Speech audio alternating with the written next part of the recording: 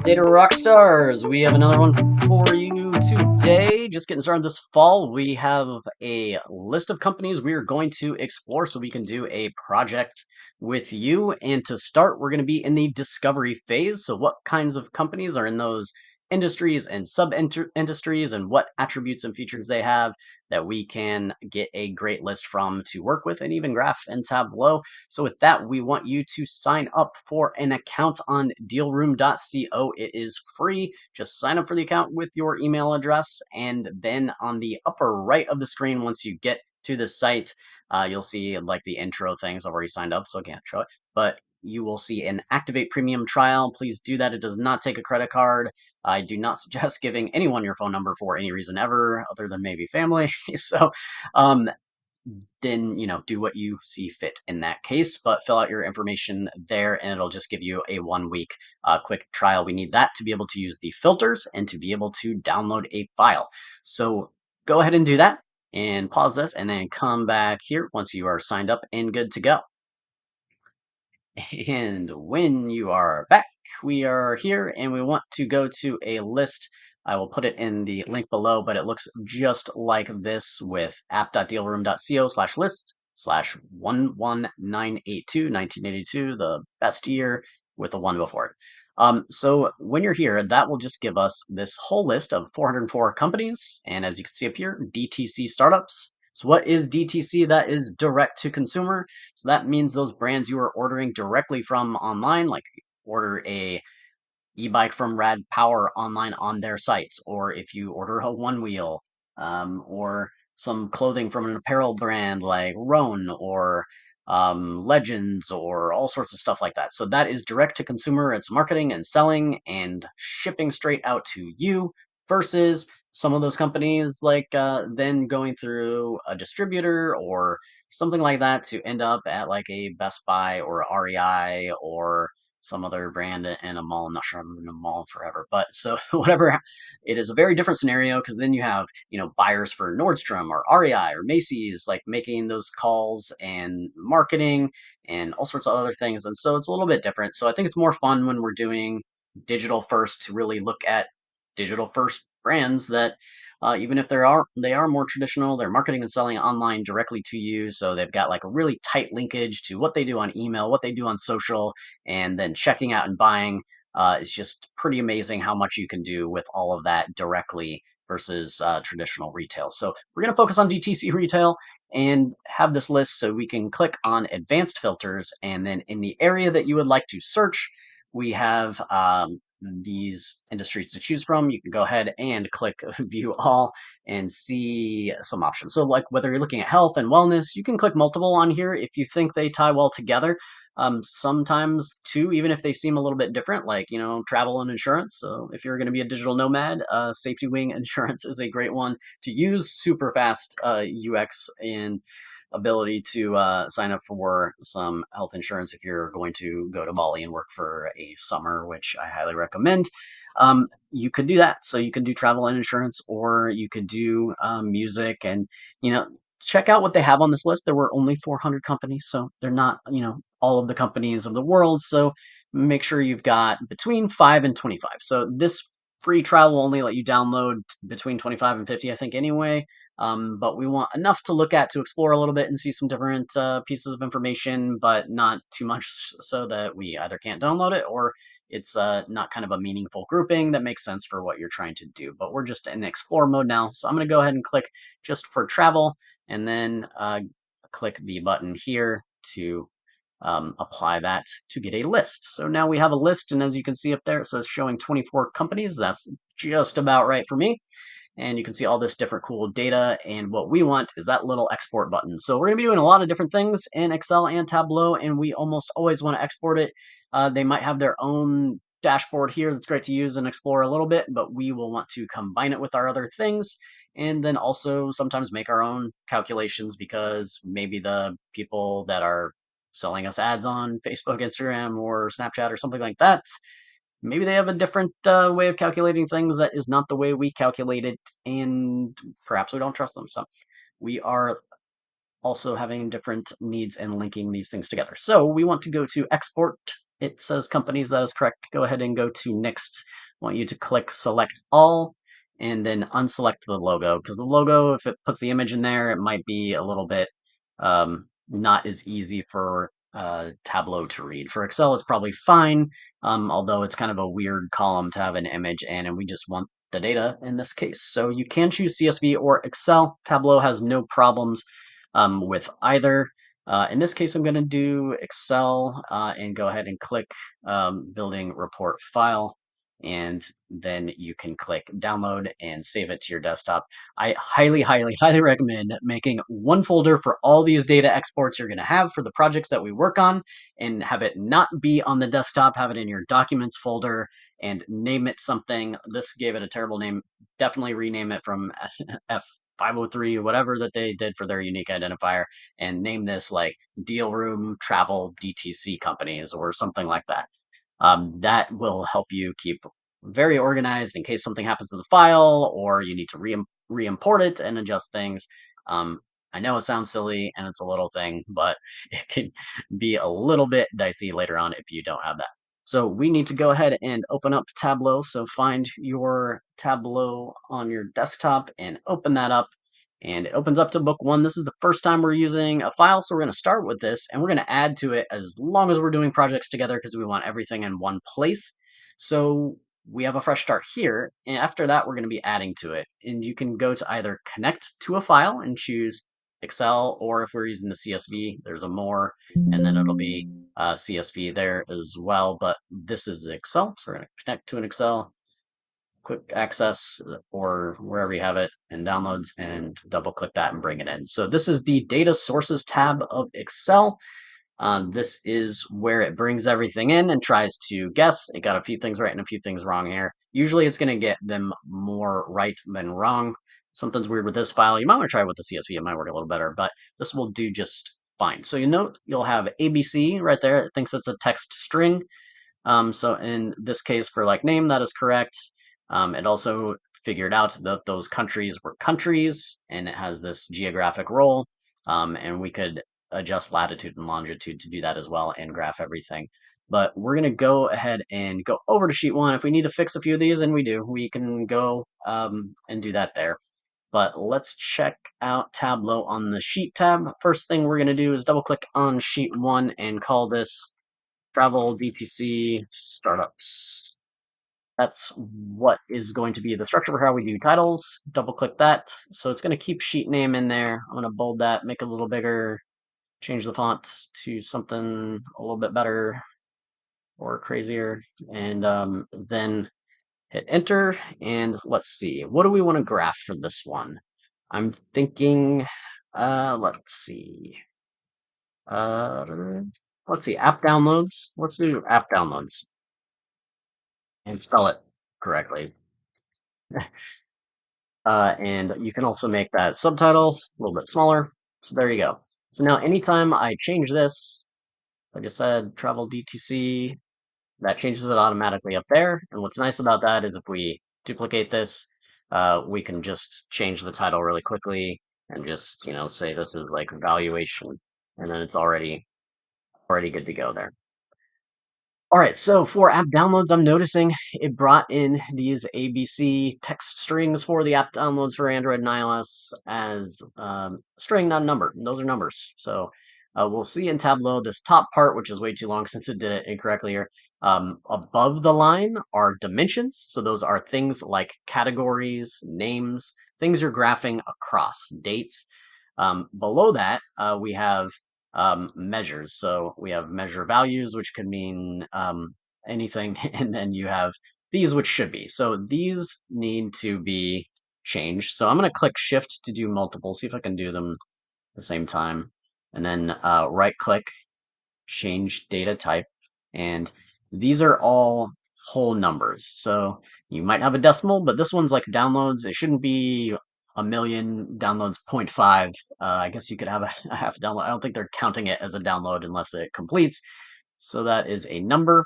Now you can see it changed to the number sign, and then I'm going to right click on that again, or command click on a Mac, I believe, and convert to measure. So now you'll see it pop below that line. Now we can graph it. All right. So name was the company name in our case. So you can bring name up to the rows. And now we can bring in some of these metrics. You can bring one or many, whatever you want to do there. And you can drop that here in ABC, or you could have, and Control Z, of course, works like any software undo. You can bring it up here and move things around. So it's fun to experiment what the best presentation is.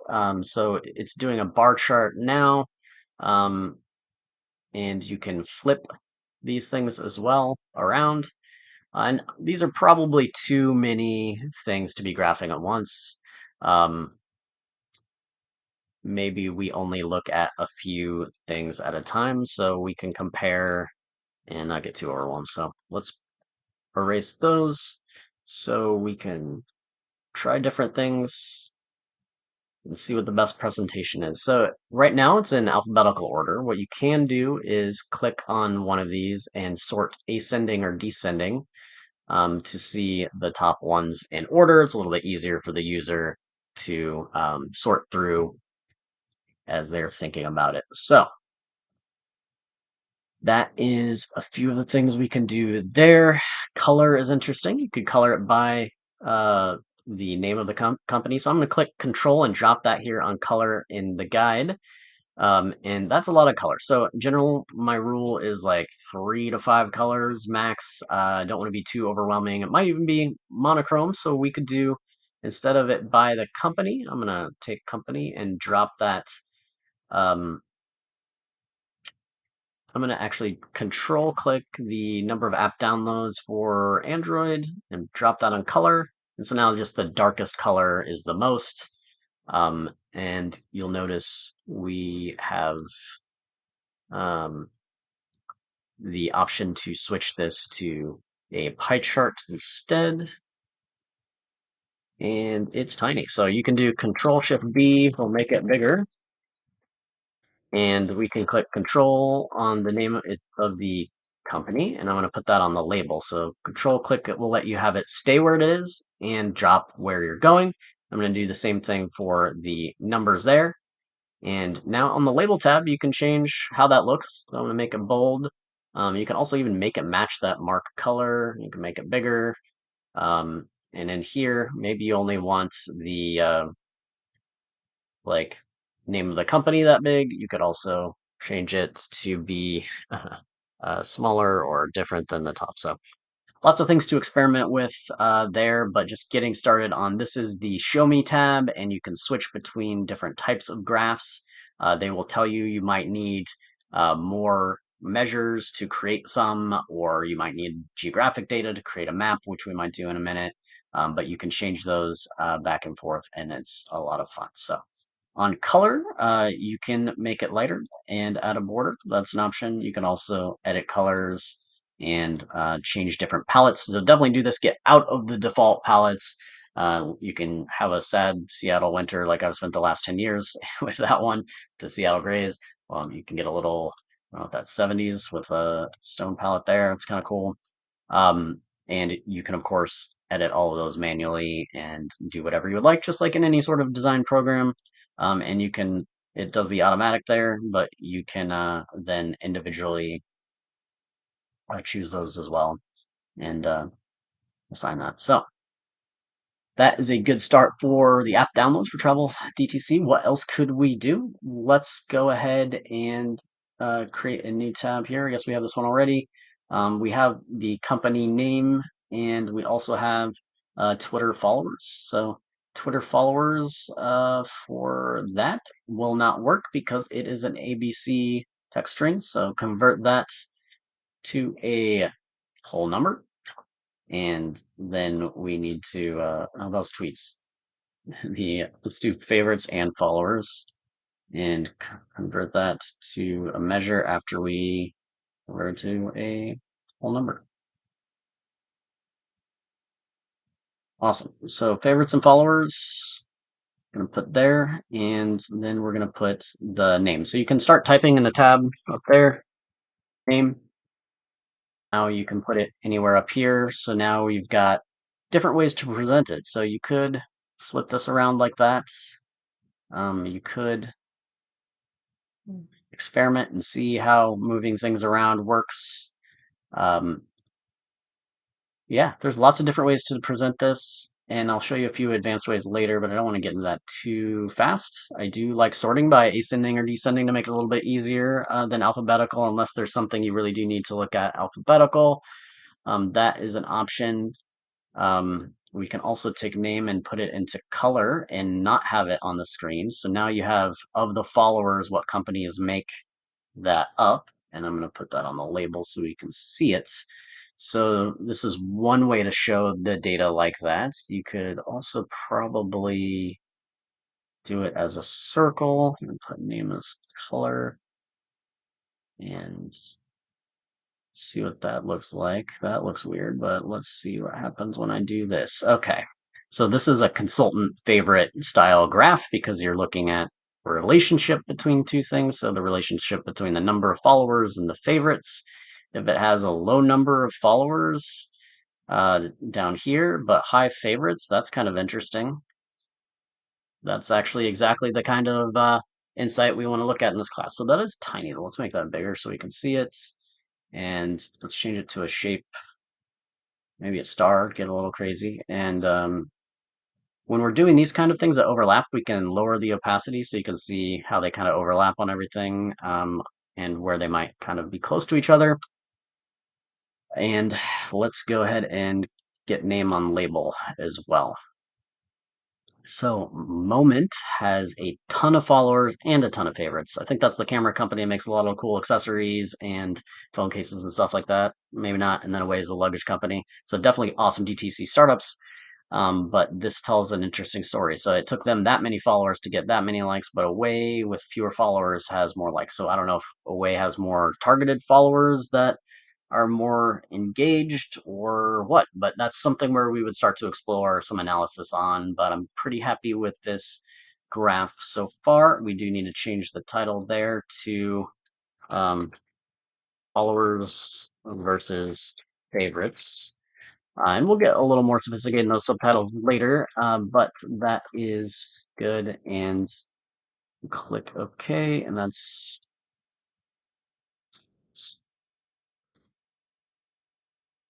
awesome. Yes. Well, let's see if we could do maybe one more and we can go from there. But this is kind of already a pretty fun start. If you kind of just peruse what else you would like to do and try something that is interesting to you. They've got everything from founders universities. It's everything like that. So let's do something kind of different. So maybe founders universities on the rows. It looks like some weird data. Got some weird characters. It could be just the character conversion coming in from different languages and it not being able to read that in the system we are looking at, or Tableau is usually pretty good with doing that, so I'm not sure. There you go. Canadians represent. So you could do that, and you could actually put, let's see if valuation was needing to be a number. So there's the valuation of the company, how much the investors are valuing it at. I'm going to change that to a decimal number because it probably has some cents on there. Not that the cents make too big of a difference, but let's convert that to a measure. And now we have the valuation of those companies by the university.